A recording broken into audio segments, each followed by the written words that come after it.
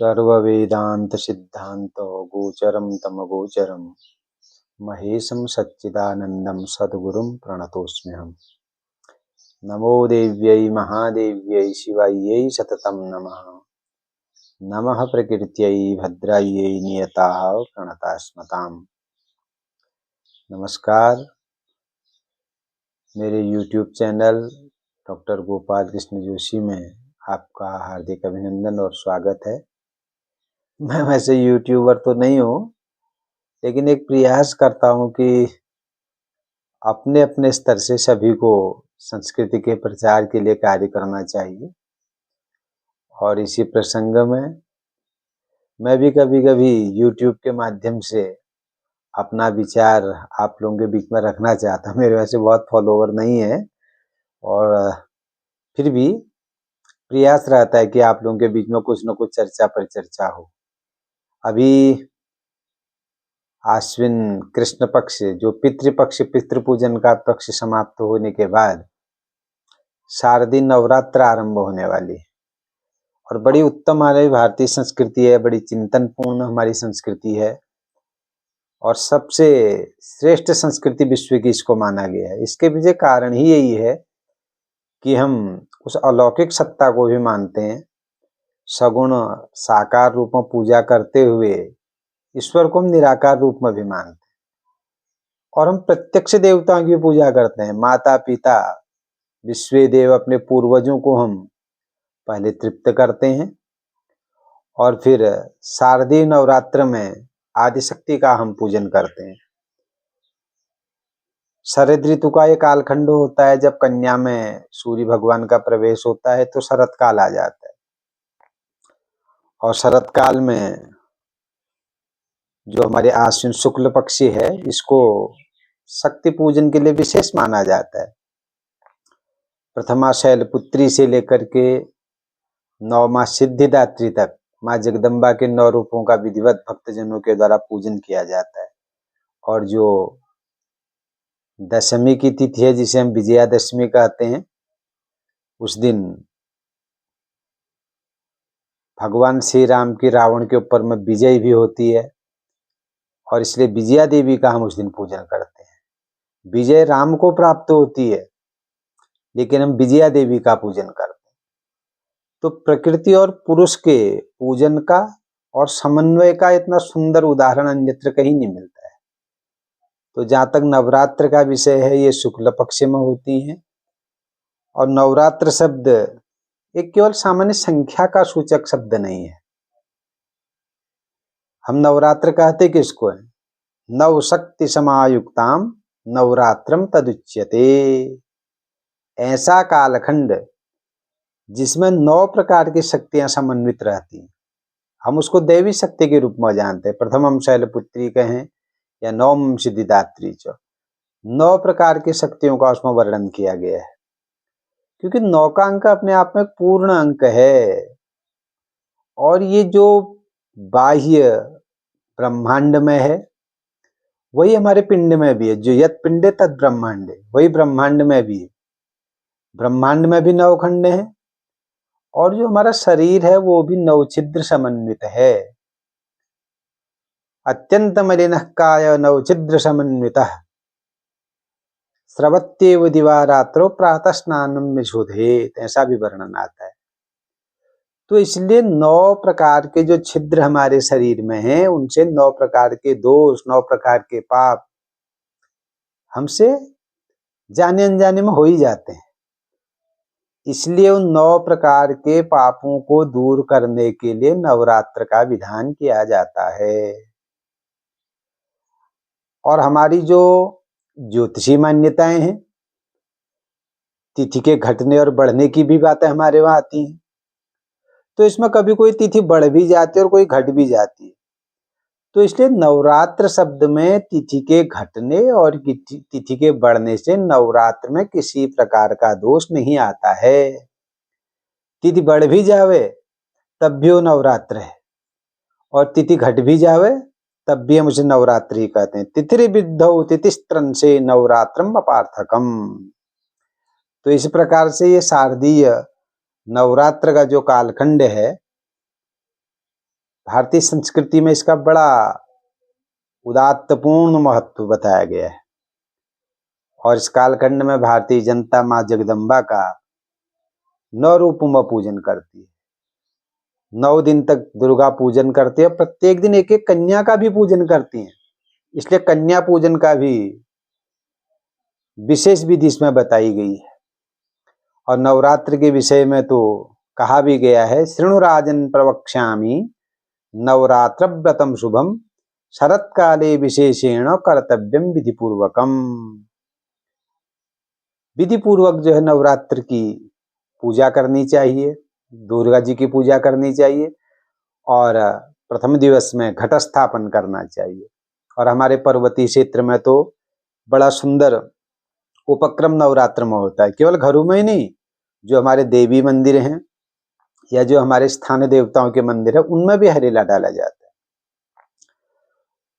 और देवी मंदिरों में हरेला पड़ता है तो अष्टमी को देवी जी का हरेला कटता है, अन्य मंदिरों में नवमी को हरेला कटता है और घरों में दशमी को हरेला काटने का विधान है। सुंदर एक टोकरी में मिट्टी रख करके जौ और सरसों विशेष रूप से इस हरियाले में बीज के रूप में बोए जाते हैं और नित्य उसमें जल चढ़ाया जाता है। और साथ ही साथ दशमी के दिन हरेला काट करके भगवान जी को चढ़ाया जाता है। फिर माताएं परिवार के लोगों के मस्तक में भी जी रहे, जाग रहे, बची रहे, इस प्रकार के मंत्रों का उच्चारण करते हुए हरेला को रखती हैं और अपने बच्चों के दीर्घायु की भी कामना करती हैं। और नवरात्र में दुर्गा जी का पूजन तो होता ही है, सामान्य बात है, सब जानते हैं। लेकिन एक विशेष बात शारदीय नवरात्र में देखने को मिलती है, जहां हम प्रतिदिन दुर्गा जी का पूजन करते हैं, वहीं रात्रि काल में रामलीलाओं का भी मंचन होता है। ये बड़ी विशेषता है।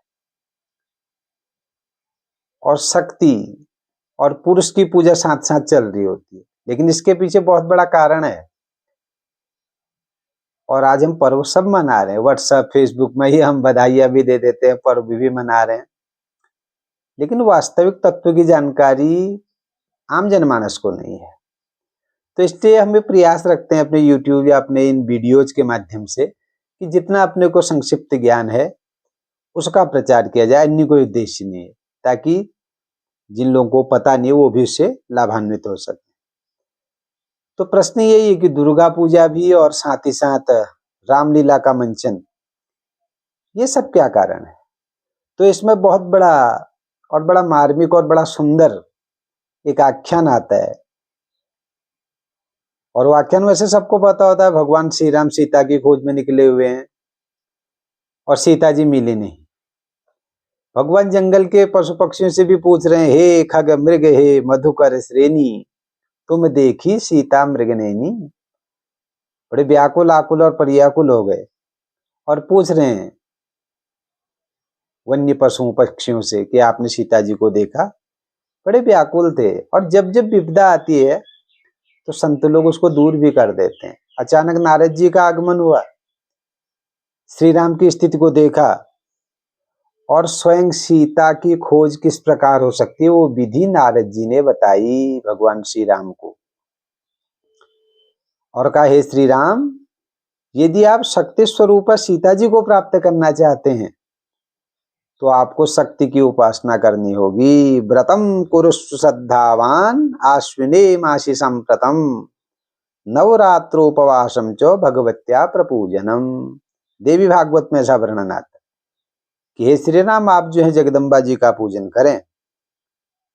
संयोग की बात है, प्रवर्षण पर्वत पर भगवान श्री राम हैं, नारद जी आचार्य बन गए, श्री राम यजमान की भूमिका में है और वहीं उन्हें देवी पूजन आरंभ कर दिया। कालखंड था आश्विन कृष्ण पक्ष, ये शुक्ल पक्ष का।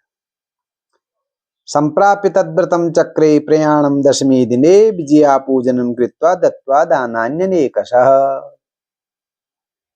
भगवान श्री राम ने प्रथम दिवस से 9 दिवस तक देवी पूजन किया और स्वप्न में मां का दर्शन भी भगवान को हुआ। दुर्गाष्टमी में विशेष भगवान ने पूजन किया था। दशमी के प्रातः काल में भी विजया देवी का पूजन किया और विजय प्राप्ति हेतु मां विजया के चरणों में प्रणाम करते हुए भगवान श्री राम लंका पर चढ़ाई के लिए निकल पड़े। और संयोग की बात है, विस्तार क्या करना है, श्री राम और रावण का मिलन हुआ, परमात्मा के सामने रावण की शक्ति क्या होती है। देखते देखते भगवान श्री राम ने रावण का उद्धार कर दिया, सीता प्राप्त हो गई, लंका के लोगों को ही लंका का राज्य सौंप करके सीता सहित भगवान अयोध्या की ओर चल पड़े। तो इस प्रकार से जो है विजया देवी की कृपा से भगवान श्री राम को शक्ति स्वरूपा सीता जी की प्राप्ति हो गई। और श्री राम को शक्ति की उपासना से ही अब सब कुछ मिला है। इन्हीं भावनाओं को लेकर के शरत काल में नवरात्र की पूजा आरंभ हुई और तब से सभी लोग प्रेम पूर्वक आश्विन शुक्ल पक्ष प्रतिपदा से विजयादशमी पर्यंत माता के 9 स्वरूपों का पूजन करते हुए संसार में विजय की प्राप्ति के लिए दशमी को विजया देवी का पूजन करते हैं और ये परंपरा चली पड़ी। और सबने देखा भगवान श्री राम ने शक्ति को प्राप्त करने के लिए कितना संघर्ष किया, और शक्ति के बिना तो संसार का कोई कार्य होता भी नहीं है। तो प्रभु ने तो शक्ति का सम्मान किया, इसलिए भगवान की मर्यादाओं को देख करके संसार के लोगों ने भगवान श्री राम के चरणों में भी प्रणाम किया। तो दिन में देवी पूजन और रात्रि में रामलीला का मंचन भी प्रारंभ होने लगा।